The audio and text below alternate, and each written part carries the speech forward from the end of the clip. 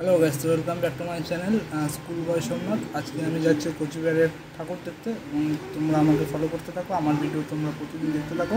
আমি আজকের ব্লগটা আজকে যে কোচবিহারের ঠাকুর দেখবো সেই ঠাকুর প্যান্ডেল লাইট সব সহ আমি তোমাকে নেক্সট ব্লগে সেগুলো শেয়ার করবো। এবং তোমাদের আরেকটা ইনফরমেশন দিয়ে দেখি, আমার 2 দিনের মধ্যে একটা নতুন বড় ভিডিও আসতে চলেছে।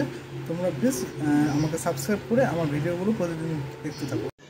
রুকো যারা, সবার করো। তো গাইস, তোমাদেরকে তো আমি প্রথমেই বলেছিলাম আমি এসেছি কোচবিহারের ঠাকুর দেখতে। কোচবিহারের বেস্ট প্যান্ডেল এগুলো হচ্ছে লাইটিং। আমি তো কোচবিহারে নাই করে 10-12টার মতো ঠাকুর দেখেছি। এগুলো হচ্ছে সেই ঠাকুরগুলোর প্যান্ডেল। তোমরা সম্পূর্ণ ভিডিওটা দেখো। আর হ্যাঁ, অবশ্যই সাবস্ক্রাইব করতে কিন্তু ভুলে যেও না, সাবস্ক্রাইব করবে। আর এই প্যান্ডেলটা হচ্ছে মহিষ বাতান। হ্যাঁ, এই প্যান্ডেলটা মানে ভূত আর পাগলা গারদ সম্পূর্ণ একসাথে করেছে। যেহেতু ঢুকেছি কিন্তু ভিডিও করতে দেয়নি, যেহেতু মানে খুব ভয়ানক একটা জিনিস আর খুব ভয়ের একটা ব্যাপার আছে, ভিডিও করতেও দেয়নি আর নাও করেছে।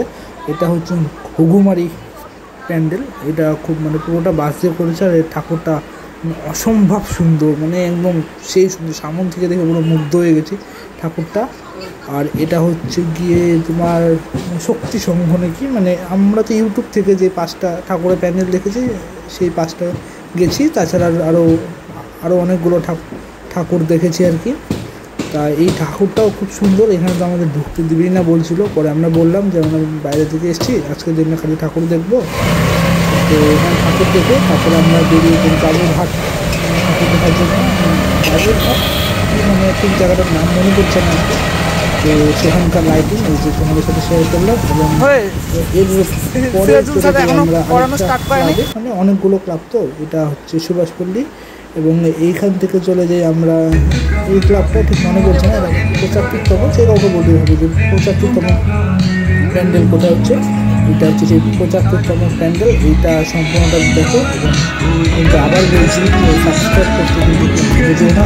তোমাদের আশা ভালোবাসাকে আমাদের অনেক ভিডিও তোমাদের সাথে শেয়ার করবো এবং অনেক ব্লগ নিয়ে আসতে চলেছি। দুর্গাপুজো বড় ব্লগ। এই প্যান্ডেলটা হচ্ছে 5 দিন থেকে বর্গের ছবিতে মাল্যদান করা হয়েছে। খুব সুন্দর লাগলো দেখে। এটা হচ্ছে পুরোটা বাঁশ, বেত আর আটখড়ি দিয়ে তৈরি। এখানে ঠাকুরটা অসম্ভব সুন্দর। এগুলো সব চিনের ঠাকুর। পাশে মন্দিরে পুজো হয়, মন্দিরে একটা ঠাকুর আছে ছোটো ছোটো ঠাকুর পুজো হয়, কিন্তু মন্দিরের ঠাকুরটা মানে ঢেকে রেখেছে, তো আর কি মানে দেখা যাচ্ছে না। আর এইখানে যদি সপ্তমী অষ্টমীর দিন যাও তাহলে খুব লাইন হবে, এবং অবশ্যই 2-3 দিনের মধ্যে চলে যাও। আর আজকে একটা বৃষ্টি ছিল, খুব ভালো লাগলো ঠাকুরগুলো দেখে, আমার খুব ভালো লাগলো। তোমরা কিন্তু চ্যানেলটা সাবস্ক্রাইব করতে ভুলে যেও না, ঠিক আছে?